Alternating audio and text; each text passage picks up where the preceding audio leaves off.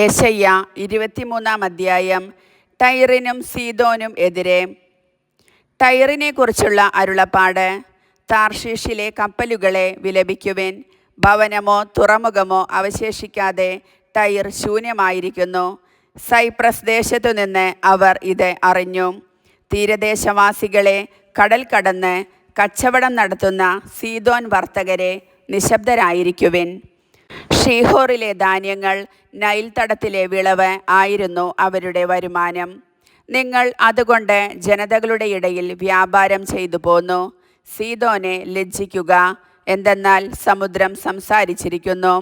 സമുദ്രദുർഗം പറയുന്നു, ഞാൻ പ്രസവവേദന അനുഭവിക്കുകയോ പ്രസവിക്കുകയോ ചെയ്തിട്ടില്ല. ഞാൻ യുവാക്കന്മാരെയും കന്യകമാരെയും വളർത്തിയിട്ടില്ല. ടൈറിനെക്കുറിച്ചുള്ള ഈ വാർത്ത കേട്ട് ഈജിപ്ത് കഠിന ദുഃഖത്തിലാകും. തീരദേശവാസികളെ, താർഷീഷിലേക്ക് കടന്ന് വിലപിക്കുവിൻ. ഇതാണോ പണ്ടേ സ്ഥാപിതമായ ആഹ്ലാദപൂർണമായ നിങ്ങളുടെ നഗരം? ഇതാണോ വിദൂരങ്ങളിൽ ചെന്ന് താവളങ്ങൾ ഉറപ്പിച്ച നഗരം? രാജാക്കന്മാരെ വാഴിച്ചിടുന്ന ടൈറിൻ്റെ മേൽ ഭൂമിയിലെങ്ങും ആദരണീയരായ വർത്തക പ്രഭുക്കന്മാർ ഉണ്ടായിരുന്ന ടൈറിൻ്റെ മേൽ ആരാണ് ഈ അനർത്ഥം വരുത്തിയത്? ഭൂമിയിലെ സർവമഹത്വത്തിൻ്റെയും അഹങ്കാരത്തെ നിന്ദിക്കാൻ, ഭൂമിയിലെ മഹാന്മാരെ അവമാനിതരാക്കാൻ സൈന്യങ്ങളുടെ കർത്താവാണ് ഇത് ചെയ്തത്. താർഷീഷിൻ്റെ പുത്രി, നൈൽ തടത്തിലെന്ന പോലെ നീ കൃഷിയിറക്കുക. തുറമുഖങ്ങൾ നശിച്ചുപോയി. അവിടുന്ന് സമുദ്രത്തിന്മേൽ കരം നീട്ടി രാജ്യങ്ങളെ വിറപ്പിച്ചു. കാനാനിലെ ശക്തിദുർഗങ്ങളെ നശിപ്പിക്കാൻ കർത്താവ് കൽപ്പന നൽകി. അവിടുന്ന് അരുളി ചെയ്തു, മർദ്ദിതയായ സീദോൻ കന്യകെ, നിന്റെ ആഹ്ലാദം അവസാനിച്ചു. എഴുന്നേറ്റ് സൈപ്രസിലേക്ക് പോവുക. അവിടെയും നിനക്ക് ആശ്വാസം ലഭിക്കുകയില്ല. കൽദായരുടെ ദേശം കണ്ടാലും ഇതാണ് ആ ജനത. ഇത് അസീറിയ ആയിരുന്നില്ല. അവർ ടൈറിനെ വന്യമൃഗങ്ങൾക്ക് വിട്ടുകൊടുത്തു.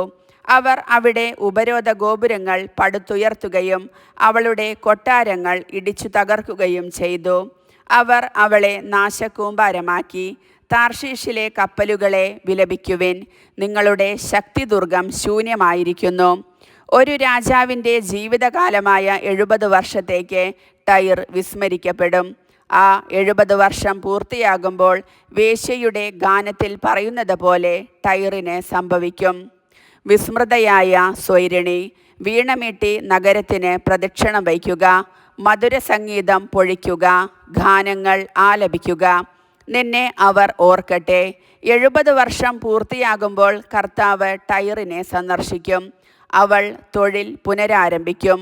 ഭൂമുഖത്തുള്ള എല്ലാ രാജ്യങ്ങളുമായി അവൾ വേശ്യാവൃത്തിയിലേർപ്പെടും. അവളുടെ വ്യാപാര ചരക്കുകളും സർവാദായങ്ങളും കർത്താവിന് സമർപ്പിക്കപ്പെടും. അവ സംഭരിക്കുകയോ പൂഴ്ത്തിവയ്ക്കുകയോ ചെയ്യുകയില്ല.